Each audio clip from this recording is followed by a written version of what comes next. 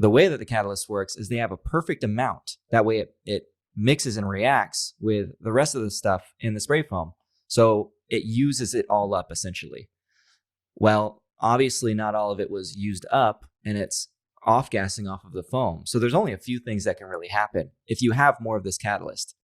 And here we are 9 months later now in this house. And luckily, I'm preventing it from coming into the house based on like some things that I did up there with negative pressure and stuff. But if you walk into the attic right now, 9 months later, you smell it. It smacks you in the face. Yeah. So it's been a nightmare. And now we're this week they're coming out to remove a section of it to try to get a sense of how hard it's going to be, what they're going to do, what they're going to have to do. And I mean, you know as well as I do, this stuff is not fun to take out, and you're not going to be able to take it out 100%. So yeah, it's a nightmare working with this, and it's crazy that it's happening to my own house. So now, ever since then, you know, this started 6-7 months ago.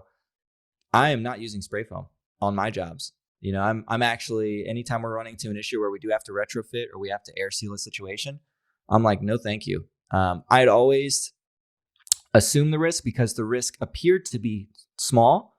I had been doing this for years. I'd never really dealt with this personally. But after digging into it a little bit more, I realized, okay, this is actually happening just at a smaller degree that I never really observed, right?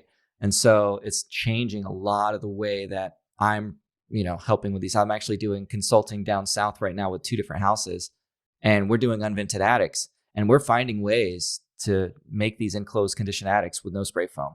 And it's working out really well. I've had numerous clients over the years run into the exact same situation, and they feel like they have no voice whatsoever. The common response is, well, this is just the way it is. You know, you'll have to just live with it.